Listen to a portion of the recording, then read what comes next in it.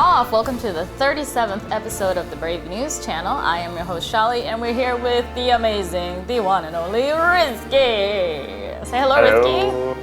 Hello. There he is, everybody's favorite producer of all time. My favorite producer, I must say. Thank you very much. And he's got some really awesome news to share with us today, so I'm going to just pass it over to him, and he's going to go ahead and let us know what is coming up for this month. All right, so we are starting with our usual event, our regular event, which is the next Vortex Arena Nautical Showdown. So we are going to have the next Vortex Arena with similar format to what we have this month, which is we are going to get 2 exclusive L gifts in overall ranking rewards. Nice. We're going to have the Oath of Devotions for rank 1 to 1,500. And for the remaining up to rank 6,000, we will have Noblest Will. And in the event bazaar, a co-wing will be available for exchange as well. So yeah, do participate in this event and look forward for it in the early October. Okay. And not just that, with the Vortex Arena, with the new Vortex Arena, guess who will be coming as well? Well, I mean, last month we made a very exciting announcement that a certain group of 6 beautiful and strong ladies were making a huge comeback in Brave Frontier, so... So the next one, we will be having a new and interestingly designed Serin. Yes, Serin. Easily my favorite of all of the battle maidens, for sure. I mean, what's not to love? Just look at her. Look at those, ducks. Yeah. I'm just speechless now. I am so in love with them because I love that they evolve with her evolution as well. Because in her 7-star, she just kind of has like the little ducks with like the monocles and then the top hats, but then when she gets into Omni mode, they like grow bow ties out of nowhere and their little hats get a little splash of color, so it's a very fashionable evolution, I have to say. I totally agree. Not just for the ducks, but also for Serin as well, because she looks enchanting. She looks fantastic. Like, first of all, I like blue color and overall, this is like very bluish kind of Serin, and as you can see as well, like the gun, her stand evolved pretty much here. Like she used to like stand beside the gun, but for the Omni version, she is like just sitting there like a boss. Right. Pretty much. Yeah. I mean, she owns the world. It's what it looks like. She's just so like just blow them away, kind of like, type of, as a noble would do. I mean, we don't have any confirmation that she's actually nobility, but those are the rumors. I mean, if you look at her, it does seem very much like she comes from a very graceful and elegant background. So it would only make sense that people do her work for her, because she's just not going to lift a finger to do anybody else's. So. Right, so you are saying that she's trying to employ the ducks to command the... Exactly, yeah. The guns, I see. She looks amazing. Yeah. Oh yeah, go ahead. No. I was just saying that she looks amazing. I'm sure that the abilities that are going to come with her are going to be amazing as well. And I cannot wait to see Serin in action, especially seeing her in the Vortex Arena and what she has to offer in that area. For the next regular event, we are having the Frontier Rift Guild event. It's going to be a rerun of our second Frontier Rift, which is Joy to Ashes. So you are going to rescue Elena from defeating Gregor, the team penetrable. Okay. And you are going to prepare your squads against fire and lightning enemies. As usual, the same mechanic. You join the guild, combine your high score and contribute to the guild's total score to achieve the guild score milestone reward. And for those who have not get it yet, you can have a chance to now get the Omni grant, and you can also get the unique ES sphere for grant from the guild score milestone. Nice. And, there are also like a lot of Ember butterflies, Omnibus materials, and other stuff to get. Good. Excellent, because I already have Elena, thanks to my guild mates, and now hopefully we can all work together for everybody to get this wonderful grant and the sphere as well. So I'm excited. Right, and then as you guys know, like the rerun will be a pattern as well for us. So maybe you guys can expect about for every 2 or 3 Frontier Rift, new Frontier Rift, we will have a 1 month break with the rerun. The purpose is to allow the team to prepare, maybe give us a chance to do another content, and we also can help other players who have not yet got the reward from the previous rerun. Previous run, then they have a chance to get the reward again. Yeah. So yeah, it's great because I got my Elena on a rerun as well. So had you guys not run that event again, I would have been Elena-less for the rest of my life, and that would have been a very sad life. So reruns are always welcome for me, especially if I wasn't able to obtain the best reward the first time around. So I'm for it. Right. And so speaking of allowing us to create a new content, so due to this rerun, our team actually came able to slot in a brand new content that is coming. Yeah. What is that, Shali? We have our, well, not our first. This is our third.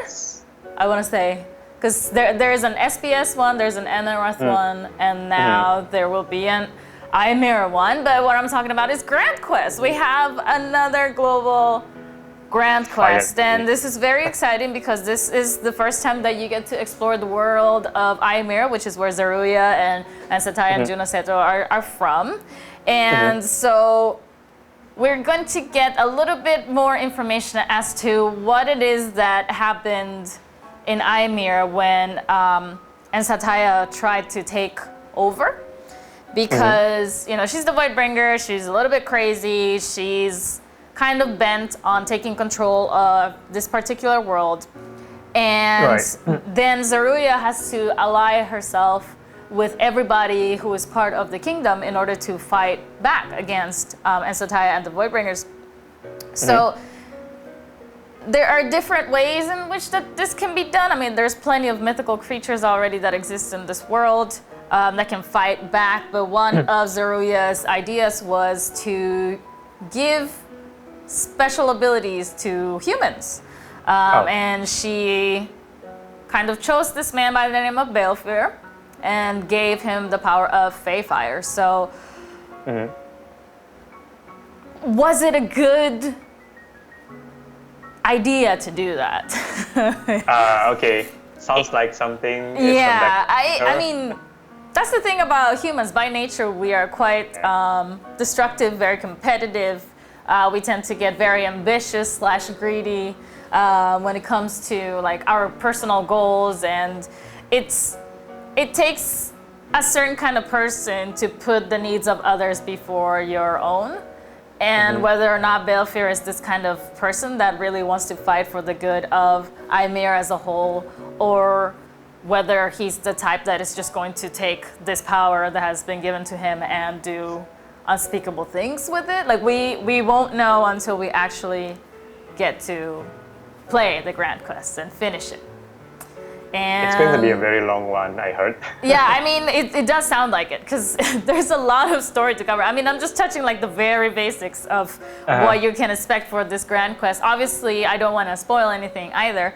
But one thing that we do have to point out is that there is a certain entity that is part of this Grand Quest that we're going to be introducing in just a little bit. So just hold on that, because we're going to have a little bit of a chat pertaining the details of this Grand Quest. So it's going to be Grand Quest X4. So I guess we have, wait, maybe I'm missing one. So this is the fourth X1 global to 3, one? yeah.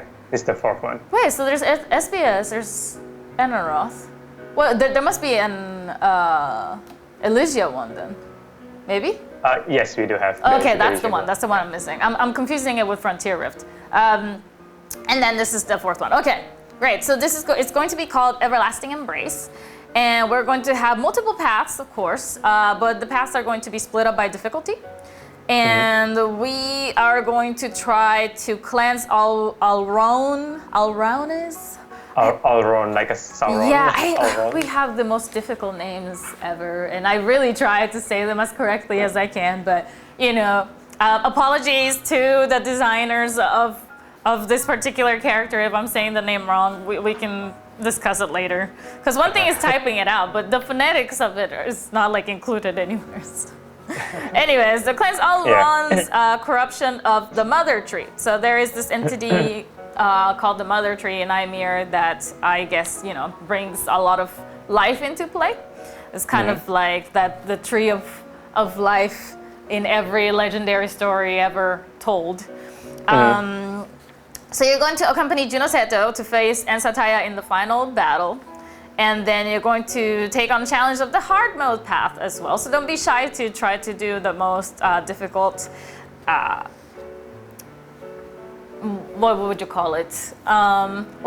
It says path. I'm trying to come up with another word for path and I can't think of it. So just don't be shy to actually try the hardest part of the map because you don't know how far along you will get, and the more difficult the path usually the better the reward, so definitely look into that.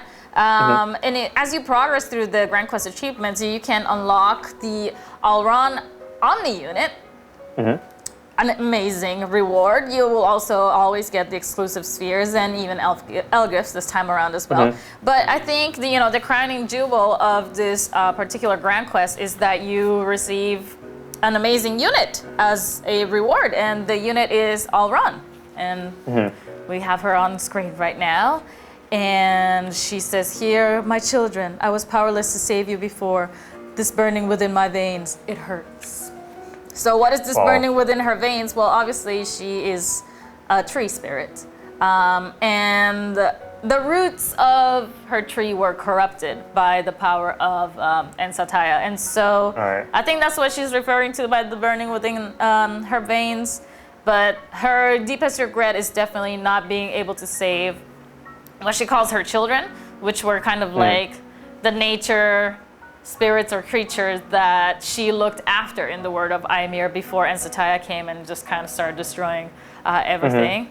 And now she's kind of very lost. You can see in her eyes that she can't really see. Her vision is blurred. She doesn't know what is what. She doesn't know,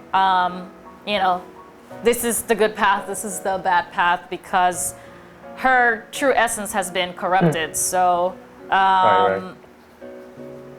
I mean, very interesting character for sure. And her look is very interesting as well because, like I said before, it shows a duality. Like, it's not completely evil looking, but it's not also like she looks very friendly either. So I think she's just kind of stuck in between at this point in time. What do you think of her design, Rizky? I think her designs really like spell out her corruptions. I mean, like what you said, it's still like half, maybe she's like a half or like partially corrupted, and you can still see the elegance there. I'm really looking forward, maybe in the future, if we have ever a chance to, feature this unit again. Would like to see her in her original form, where like, probably she's like with the crown or like with slightly less dark. She might have like more color. Blossoming flowers or something like that. So I mean, that's a great idea for alternate art. You should write that one down and see. Maybe for the future we can make it like a login reward or something. That would be very interesting to see. Agreed. Yeah. Okay, so that's Alraune, and she is a reward for the Grand Quest. So make sure that you at least play it so that you can get this amazing unit. But we will have another Grand Quest unit, and that unit is going to be Baelfyr himself, the warrior from the human clan or the human region of Ymir that was given the power of Feyfire by Zeruiah herself. And I mean, if you look at the design, he is mysterious, He's very mysterious. Not only that, but he doesn't give me the friendliest vibes.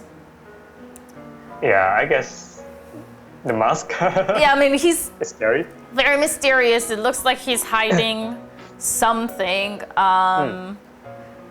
The fire around him is more menacing than, protective if you would. And he looks like, the sneaky type. He's got the hood, he's covering his face, he's not letting any part of his skin show. So I don't know if this means that he works from the shadows and then he attacks. I don't know that with the power of Baelfyr he even needs to do that anymore, but definitely looks very intriguing.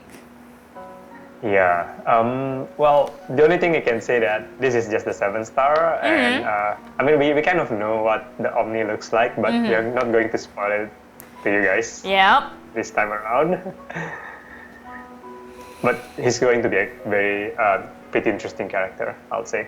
Yeah. I mean, let's hope that we can find more information about who he truly is and what his real goals are. But that's where we're going to end that, not to spoil the rest of the story. But very interesting characters indeed. And Baelfyr is going to be from Summon Gate, right? Correct. Okay, yes. So just again, to reiterate, Alraune will actually be a Grand Quest reward, whereas Baelfyr you will have to summon for with gems in the Summon Gate. But he looks amazing, and he's also a very integral part of this particular Grand Quest. So I'm sure that his abilities will come in very handy if you have him before you dive into that particular Grand Quest. And it's only fitting because then he's actually part of the story as you progress through it. So you win both ways. All right. Well, that's it for our main content. We do have some really exciting stuff coming up for the holidays this month, so stick around and we'll be right back. All right, and now it is time for my most favorite season of the year. And I know, right? I guess season is the wrong word because season would be like fall, winter, summer. But I guess holiday. Yeah, well, my most favorite holiday is Halloween, and Halloween is finally upon us. We have a new event dungeon coming up. Very, very fun. Manor of Horrors. So we kind of get a little bit of a haunted house theme this time around. You can get manor tokens by discovering hidden missions within the manor itself. You can find materials around the manor to craft new spheres. The spheres can be seen to the right here. We have Vellum of Curses, Vellum of Salvation, and Vellum of Brilliance. They look very, very neat. You can redeem 3 copies of the Plague Warden Theodor from the Manor Bazaar using manor tokens. Now, what is Plague Warden Theodor? We'll get into that in just a second, but just know that you can get as many as 3 copies of Theodor from the Manor Bazaar if you have enough manor tokens. So that's amazing. We will also have a rerun of the Midnight Reverie. I believe it's from last year? Yeah. Yes, and so you can obtain Halloween tokens by clearing missions in Midnight Reverie and Manor of Horrors. You can also redeem a pirate ore from the Halloween Bazaar to craft a Malevolent Charm Sphere. So all kinds of tokens, all kinds of spheres that you can create by making sure that you are farming these events to the best of your ability so that you can get all of the necessary crafting materials. And, well, we mentioned that you can get Plague Warden Theodor. So let's take a look at who exactly is Plague Warden Theodor. And he is our Halloween reward unit. Can you believe your eyes? Oh, this design is, it's really like a plot, like Doctor or something. Like. Absolutely love it. Apocalyptic side. Yeah, I mean, there is nothing quite as fear-striking as that old mask that doctors used to wear back in the day when medicine was really, like, it was 50-50. It was like, this might actually help you survive. This might actually kill you. It's up to you whether you want to actually go through with this treatment or not. I mean, I think it has built this image of the time because it's not that the image itself is creepy. It's definitely unique and interesting, but because of the history that comes attached with it, then you get this sense of kind of like doom and like death when you see that particular mask. And Theodor here, I think, is doing an excellent job of upping that, horror factor without being gory or without being what you would expect from like a usual Halloween costume, I guess. Not to mention it's very steampunk kind of vibe as well. So I love it. He looks excellent. I really love it. Absolutely excellent. And all you have to do is just get enough tokens to Yep. claim him in the bazaar. So what are you waiting for? I mean, I guess you're waiting for the event to start, but besides that, Right. you need to get on that. Make sure that you're farming enough tokens so that you can hopefully get all 3 instances of him from the bazaar because he looks amazing.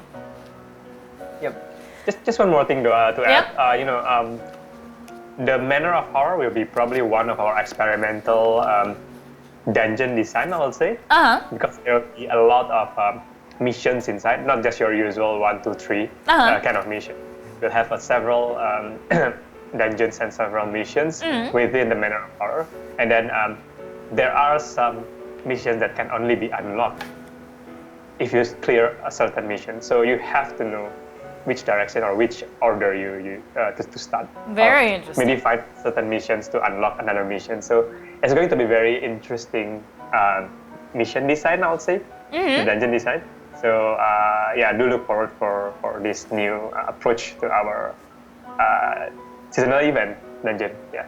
That's awesome. I think it goes perfect with the whole manor theme because you know usually in those old creepy manors you always find like secret passageways that lead you to like really weird places that you didn't know existed. So it would only make sense that while you are actually playing at the manor you took a wrong turn somewhere or maybe the right turn and then you discovered this brand new place that you didn't know existed. So that's very intriguing and I don't think we've ever done that.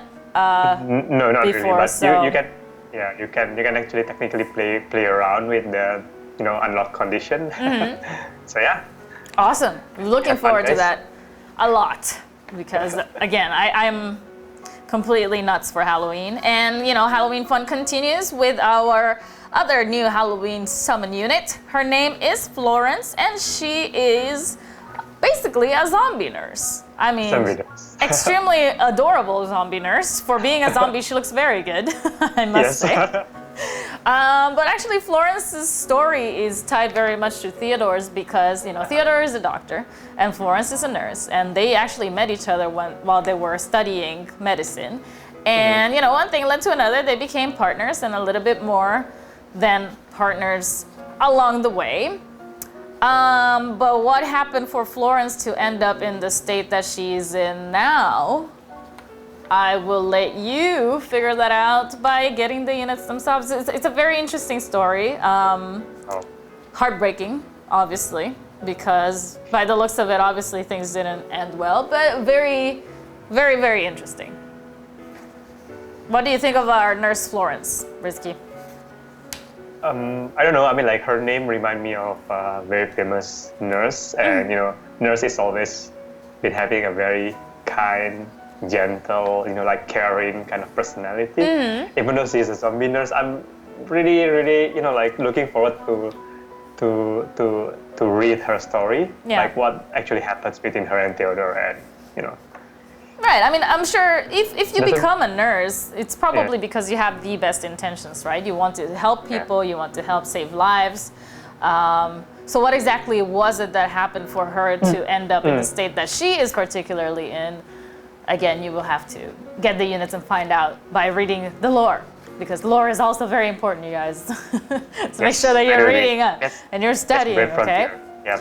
All right, so those are our 2 new units for Halloween. Very exciting. I love their designs. They look absolutely amazing. But we also have to show love to our older Halloween units. Oh. And my I'm so excited. favorite ever is finally getting her evolution. She's here. She's prepared. Semira in the house. Semira gets her Omni. I'm so happy. You don't even understand. The first time that I ever laid eyes on Semira, I was immediately just like, it was love at first sight. I was like, that's waifu right there. I don't know what waifu number she makes it, but she's Halloween waifu number 1 for sure. I've always loved her design and I've always loved her as a unit, and I think it's long overdue that her Omni evolution is finally here.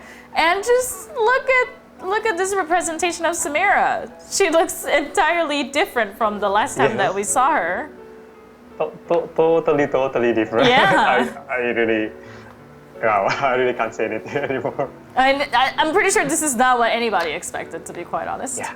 But it makes sense that Semira, with all of her magical prowess, can perhaps be the headmistress of maybe like a magic school or something like that, where she can teach other people how to, use their magical powers for different purposes. I love Jack on top of her head, just smiling with his glowing eyes. I think he looks adorable. I love the little ghosty guys at the bottom with the little broom and the pen writing by itself. Everything about this is absolutely exquisite, and I cannot wait to evolve my Semira. I really can't wait as well. This art is probably the most detailed so far that we make for an Omni upgrade. Yeah. I really can't tribute to our artists for this. Yes, no. Kudos to them. This is a 10 out of 10, you guys. Thank you so much for making this as beautiful as it is. I think with most of our units, we really make it a point to make the auras of the units very visual, so that something is kind of always coming off of them. But for Semira, it's very interesting that not so much as an aura, but like a surrounding, like a whole setting. You can get the whole story of what it might be that she is now by just looking at her sprite. So it's amazing. It's really amazing. I think it's at the very beginning it looks like an alternate art to me, but this is probably one of the best. Yeah. I mean, for me, it already wins all of the awards just because I'm super biased about Semira, but it's absolutely lovely. I cannot wait. Halloween is going to be tons of fun. So make sure that you guys are preparing yourselves for what's to come, because it's gonna be a good one. And the fun doesn't stop there, because we recently had a very, very fun community event that took place where our users and our players could show just how much they love Brave Frontier. And I'm going to pass it over to Rizky, who is going to explain what this event was and how it unfolded. Right, so if you guys remember, in the summer festival, we do have the fan art, unit art contest. Right. And we have received quite a number of submissions from our users. So a lot of them are really good. Some of them are very outstanding, and we have chosen. We used to have 3 places for the rewards, but we found out that there are a total of 4 contests that we really can't ignore. They are really well executed in terms of technique, character design. Some even have their own, they try to attempt make their own pixel art, which is really great and show how dedicated our fans are. And they come with great stories and skill set as well. So starting with the 3rd place, we have 2 characters here.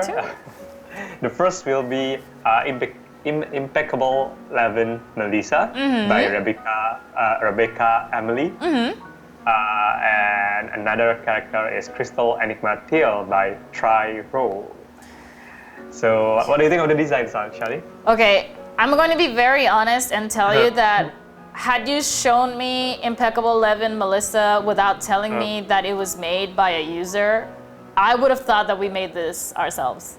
That is how on point this art is. It is absolutely the spitting image of what Brave Frontier is. I mean, it's amazing. The colors are beautiful. The design of the unit itself is beautiful. So, I mean, Rebecca, you did a wonderful job. Thank you so much for submitting this beautiful piece of art. As far as Crystal Enigma Teal, this is a color scheme that is not very usual in the Brave Frontier world. This is a color scheme that I'm very partial to. I really love all of these colors, and his name as Teal makes a lot of sense with the color scheme as well. The design of the unit is also very intriguing. I cannot tell what he is and where he might be coming from. And I think that's very fitting with Enigma attached to his name. So it makes me want to learn more about the character itself. I do love the, I don't know. I mean, I'm guessing they're crystals given his name. Yeah, they're but crystals, yes. they look like the Japanese candy known as competo. Like competo has this design where it's just kind of jagged in a lot of sides. So he strikes me as a sweet character. But I would love to know more about the lore of this particular unit, where he comes from. These are lovely. We do have the submitted lore, so we can actually share with you. Oh, please do. Please do. You know, I love my lore. So I want to learn even about the unit contestants, especially. Yeah. Yeah, but I mean, like the reason why our team chose this, we understand that the color scheme is a bit different, but the technique here is totally, you know, this artist is really like good in the technique, in the drawing technique, and the character design itself is nothing like we ever seen in here before. It's really intriguing. That's why we choose him as the third place here. So congratulations to Rebecca and Tryro. Good job, guys. Good These job, are guys. Absolutely stunning. Beautiful work. All right. Okay. So moving on to the next place, the second place, which falls into these characters called Pursuit of the Lost, Solaru, by our long-term friend, Miri. This name sounds familiar. Yeah. There's just a bunch. She's in fact has been creating a lot of submissions for unit art, and she's one of a very prominent artists that we have here in the Brave Frontier community. And what is interesting for the team here is that she goes as far as designing the pixel art for the characters as well. Oh! And it was very interesting. Yeah, I couldn't include it here because there's it. We can't really animate it in the slide. Yeah, but as you can see, the characters is pretty much inspired by the guild, kind of like the Orebus guild characters. You know, those a little bit like science fictions, kind of like effects. Yeah. During the characters, yeah. What do you think about the design? I mean, now that you said pixel art, now I want to see that as well. I wish we could have included it here, but what it really strikes me about him is that he seems to be kind of digitizing himself. Like his own body either has these type of enhancements where like the technology is directly imbued into himself, like not as like a piece of equipment, but just like is he a cyborg? Is he an android? I don't have the background for it, but I think it's very interesting to always have these type of characters where they have a duality to themselves. Like they seem human, but in actuality they're something else. Or it's very, very well done. I mean, the drawing quality itself is amazing. The color scheme as well is very on point. I am, as always, very impressed with Miri's work. So good job. I mean, what can I say? It's beautiful. It's beautiful. Absolutely beautiful. Yeah. Congratulations on second place. Now I really want to see the pixel art. You're gonna have to show me that later. Yeah, I'll share it with you later. Okay, good. All right, so finally the first place of this contest is none other than Illusion 10 Illumina by Astaroth. Whoa! Congratulations, Astaroth! You did it. You got first place. It's the first. When our team, our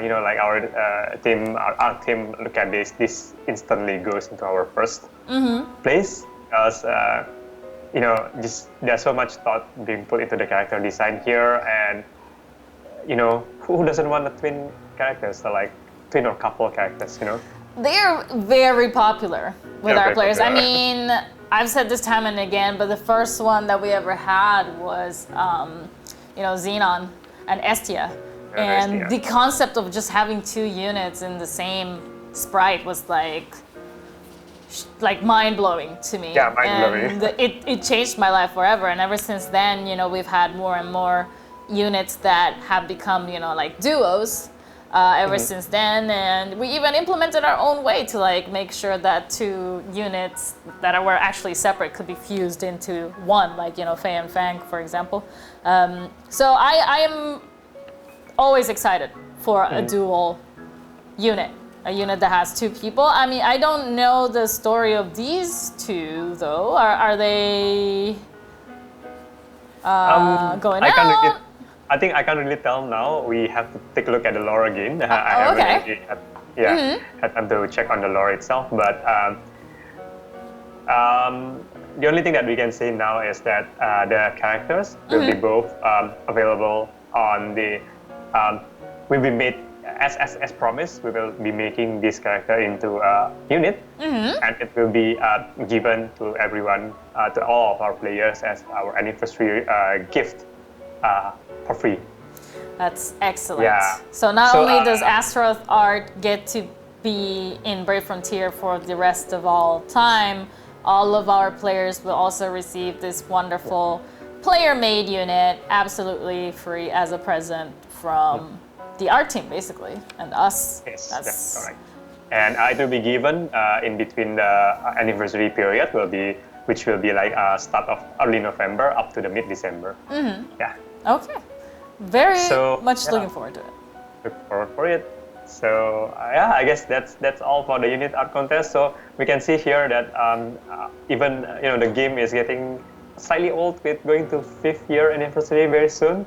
But looking at the fan dedications here, like our fans' dedication into the game itself, into the characters, into the style, I just couldn't say anything but thank you everyone for supporting us until now. Of course. I mean, the effort that was put into making these pieces of art, and even the ones that didn't win, a prize here today or placed, the top 3 or whatever, the fact that you're taking time out of your day to show that you appreciate this game and that you love this game by designing a unit of your own is more than we could ever ask for. So thank you to everybody who participated in the contest, whether you won or you just get participation points. We appreciate every single one of you, and hopefully this serves as a way to show just how thankful we are that you guys still support the game and that you just love Brave Frontier as much as we do. All right. Okay, well, with that said, congratulations again to all of the winners. I think it's time to move on to the Summoner's Corner, so stick around because we'll be right back.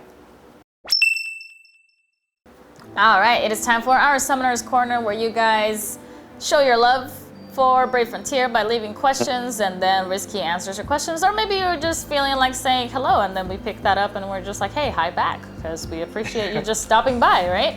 So today is going to be a little bit interesting. We got this really long comment from Jennifer Sandoval, who is, I'm not entirely sure where from, but she is Hispanic, and she left like this huge comment in Spanish. And it's fun to showcase that our game, it truly is global. So we have fans and players from all over the world. Obviously, if I spoke every single language that our fans know, that would be great, and we would pick up a whole lot more questions that way. But I only know a few, and Spanish is one of them, so I'm gonna go through this one and hopefully have Risky answer these questions for Jennifer. So Jennifer says, hello, recently started watching your videos. Congratulations on a very good job. But I would like some answers if you would. So the number 1 question that she has here is, this is a question that we have already answered before quite a few number of times. And to summarize it, she's just wanting to know why the Soulbound Saga units have been remade into a separate Omni unit when, we spent all this time building up the older version of themselves and like spending materials to evolve them and things like that. So, Risky, did you want to reiterate why we did that? Yes. So just to reiterate the one that we did answer in the past. So basically, some of our older units are way too off in terms of like unit skill setup, stats, and everything. So for those kind of units, for example, like you guys notice, it's not just Soulbound Saga, but Battle Maidens are affected as well. The Lost Wing series that went into the Vortex arena was affected as well. So the old units are a little too old to be directly upgraded to Omni version. That's why we have decided up to a certain point, the unit will become a standalone Omni unit or the 7-star unit, and we will reintroduce them into a new a set of unit that is still relevant for the players. So for example, the Soulbound Saga, the Lost Wing unit and the Battle Maidens will become a summon unit, so people can still like use it and equip them into their squad. And SBS, the Soulbound Saga unit, mostly becoming trophy or reward unit, where you have to like fight or participate in the event, and you can get a trophy unit that is still pretty relevant to be used in the current squad. So yeah, that's how we so-called rebrand the unit, revitalize the unit, in a sense, yeah.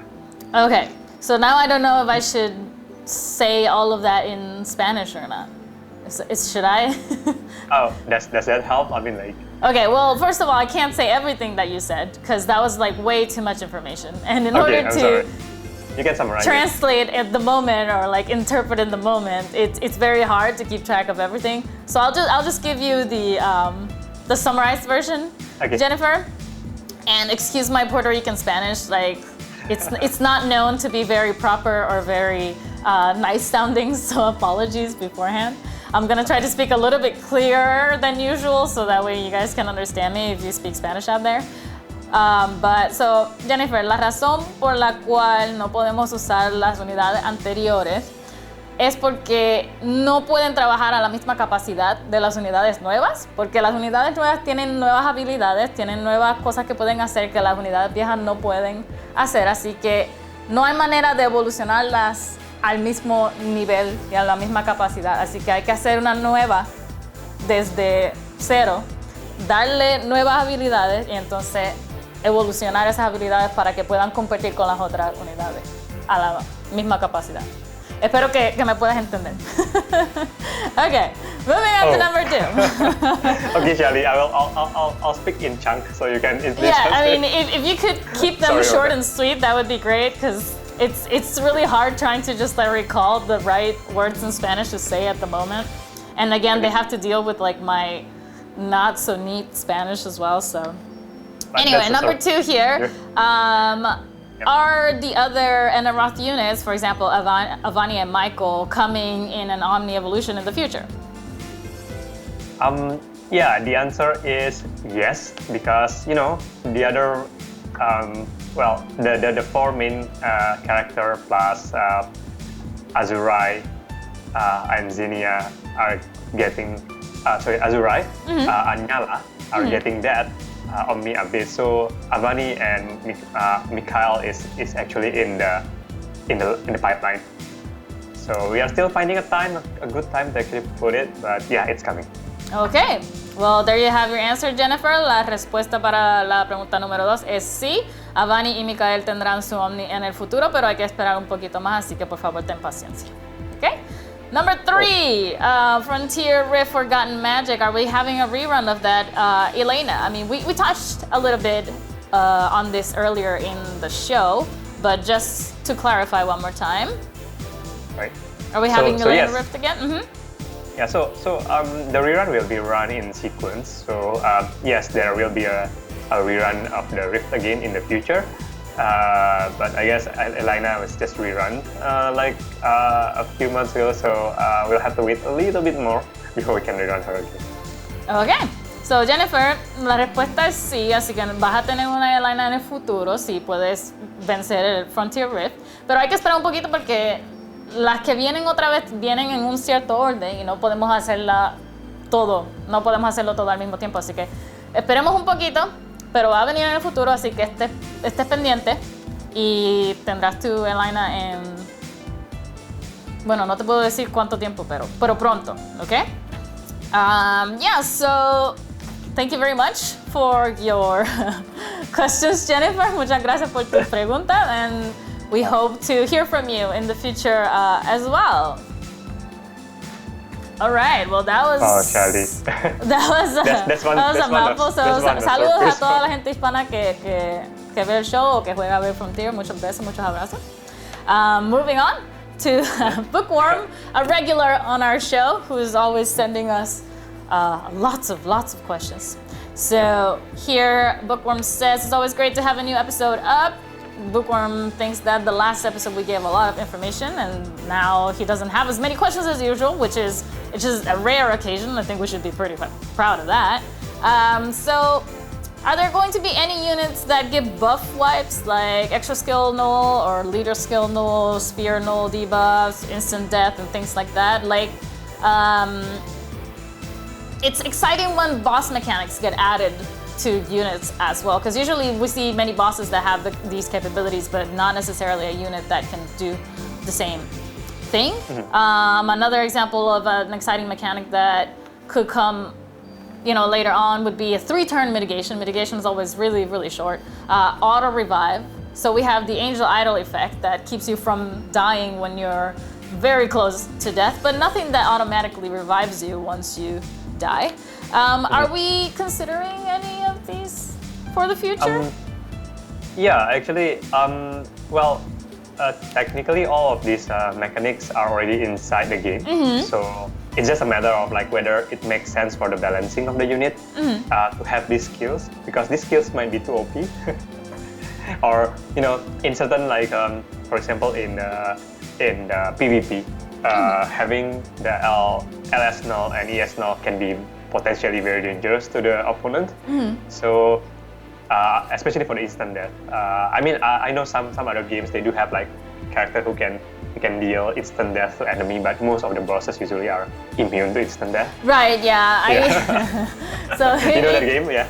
Unless you're doing like a normal run in a dungeon, it's not really going to help you much with like an actual boss fight as well. But I mean, some mechanics could be very useful for just normal runs. So for example, Bookworm also gives this idea of perhaps creating a unit that increases the drop rate of chests, not necessarily the drop rate of like, BC or HC or Zell, but just the chance of a chest dropping within the dungeon that is full of karma or full of something perhaps. That could be something to consider as well. There's many unexplored mechanics out there, I think, still. And, year 5 and we're still coming up with new stuff. Definitely. So these are great ideas to start with, for sure. Yeah, I mean, in fact, there are some other, for example, for this, a unit with increasing chance of chests or drop chance of units. We do like discuss this a little bit with the team. I mean, the conclusion so far is that the chance of unit dropping, because our game has a little bit shifting from the farming the unit, the drop unit. Getting the unit by chance towards the redeeming the unit from the event bazaar or from the token gathering. The reason being is that unit that usually drop by chance is much weaker. It's quite hard to balance the unit because you can technically get as many as you want. While it's easier for us to balance the unit if the unit is being put into the event bazaar, which is like have a limit. You can only exchange maybe 2 or 3 of them, or it's given as a one-time completion bonus. So unfortunately, no. For now, there is no plan to have the unit who increase the chance of unit dropping. Chances of chest dropping, it's still something that we can consider, because we do have a farming event for items as well that we are still doing. So we will be discussing that with the team. And as for the other possible new mechanics, we are coming with a few more like exciting mechanics in the upcoming months. It might come from the existing bosses, or it might be a completely new mechanic. So do look around for like our next updates. All right. Sounds very promising. I think as long as something new is being introduced, it keeps things exciting. So thank you, Bookworm, for all of the ideas. We are already considering some of them, and it's just a matter of time to see which ones get implemented and which other new ones take their place. Very exciting. The other question that Bookworm had was, realistically speaking, what are the chances of Brave Frontier getting an anime adaptation? Many people have asked this in the past. I think we all would love to see that happen, but there's just too much red tape to go through. If anything, it would have to be made in Japan, entirely Japanese, and then get all the licensing rights to make sure that it's okay to publish overseas, and then they get it translated or dubbed. I mean, it's a process. It's quite a bit of work. It involves more than just drawing the anime itself. We have excellent artists who already, give us the profiles of units like full-bodied, and I'm sure that they would be more than capable to aid in the process, but it takes a lot to make an anime happen, and I'm not entirely sure that Brave Frontier is quite there yet. Yeah, so. Let's just say, to be very, very honest, anime production is still pretty much centered in Japan. Yes. So if we ever want to make Brave Frontier as an anime, we have to start with, of course, the creator of Brave Frontier, Elim. Exactly. We have to start with that, and then as what you said, Charlie, the anime production is a huge, high-budget production needed, and the risks are also very high. Yes. Because we are not that young anymore, but I know we have a lot of fans in overseas. So there are a lot of consideration being being thought of during this process. So we do have the comic in Japan. Whether the comics, the original Brave Frontier comics can actually be ported to global or not, that's also bound to the licensing, the global licensing. So there's a lot of what you say, red tapes. Need to be cleared before we can release it. But yeah, I personally, I myself would really love to see, especially the global characters, the global story be that would be adapted into anime. So yeah. Sad to say. Yeah. Hopefully, I don't know, maybe in the future. Yeah, it's not entirely impossible, but it's definitely high in the list of very demanding dreams that we can have for Brave Frontier. So we can always hope for it to happen. We'll just see. We'll have to see. But Bookworm also says props to whoever is doing the comics. Really love them.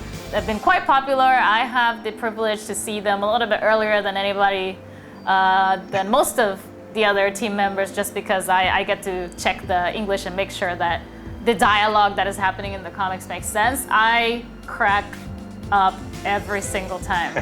I don't know where our team comes up with these ideas, but every single one of them is utterly hilarious, and it's pure joy, when we release one and people get to see a little bit of a lighter side of the units and how they interact with each other, and it's too precious. I absolutely love it. So thank you to our artists and everybody involved in making the comics. You guys are amazing. Always a pleasure reading those.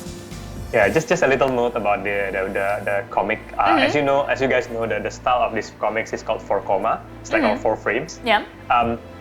Our artists are, really well versed in this kind of arts, not just art style, but also they are so used to the 4 style, which is how to employ, how to put a very short information, very interesting information in just 4 panels. Right. Yeah, 4 frames. So most, if not all, of the story in the Brave Frontier comic series are actually coming from the artists. It's not from the script writer or from the game designers. It's all from the artists itself. So yeah, props to them. They start with a concept. They share with us a few concepts usually in the beginning, and then they ask us okay, which one do we like, and they choose. And then once the concept is chosen, they will start working on the production, coloring, and everything. Then there you go. You guys got the very interesting 4 frames, 4 style of comics. Yeah, they're always hilarious, and they're so well done. The quality is super, super high, and hopefully, maybe I think a more realistic dream that we could have is maybe gathering kind of like a collection of all of them and put them into a little booklet. It doesn't have to be a hardcover or anything like that, but maybe collecting them all in one place and then making that available. I think that would be a little bit more doable than a whole anime production, but I'll take whatever I can get. As long as it's Brave Frontier, I want my hands on it anyway. So. All right, and so the last question here is by Leo. Leo says that I think we should be adding a safety net of 100% after somewhere between the 40th or 50th summon. Because he happens to know a lot of people that, for example, have done up to 70 summons for one unit, and they still have not been able to get it, even though the rate should be as max as it could possibly be. So, any thoughts on the 100% safety net, Risky? Yeah. So technically, I mean, like we all know that the summon rates has been like make known to everyone in like right on the spot in the in-game news. It's basically 5%. So 5%, but statistically, you should get it on the 20th or maybe 23rd or 24th tries. Statistically, but I am one of the unlucky guys. Sometimes I tried summoning so many times I didn't get it. So if you guys notice, recently we actually have the mechanic whereby it will encourage players to like, for example, in the Vortex Arena summon, if you summon for a certain number, you will get an additional ticket for a specific gate, and this specific gate will have a totally different step up. For example, like up to the 5 steps. And the 5th step, you can get 100%. So the first step will be 5%, second step will be 10%, the third step will be 20 or 15 or 20, if I'm not wrong. And the last step will be the 100%. Okay. So actually, this is so-called like a way for us to give players a chance to get a unit if you summon enough. But it's not just on the summoning. So if you notice, out of the 5 steps, 5 tickets needed to get the 5th step in that special gate. 4 of it goes to the summon, but 1 is actually put into the individual milestone or the individual completion reward kind of thing.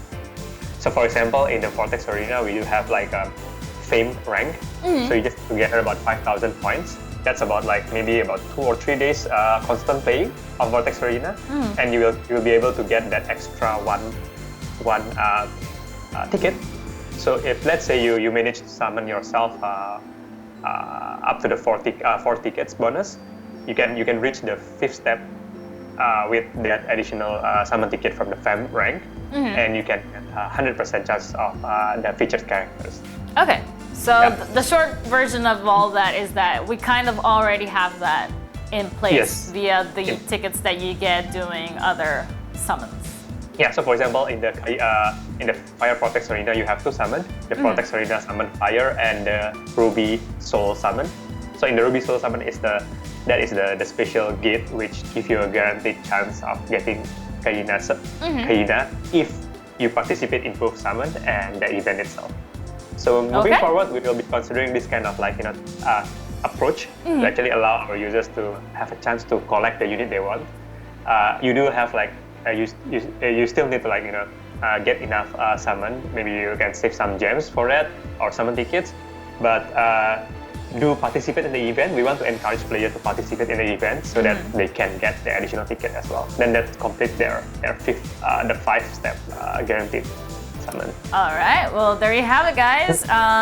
We do have something very similar in place, so make sure that you're taking advantage of that and summoning with those tickets. Don't let them go to waste, because one of them could be that 100% that gets you the unit that you were looking for. So thank you to Leo for his question and everybody else that participated in today's Summoner's Corner. Thank you all for watching again. Please send us more comments and questions for the next video, because we will be back next month with hopefully more exciting content to come for Brave Frontier nearing its 5th year anniversary, which is a huge milestone. So very much looking forward to that. All right, guys, that makes it all for today. Lovely to see you. We'll catch you again next time. Bye.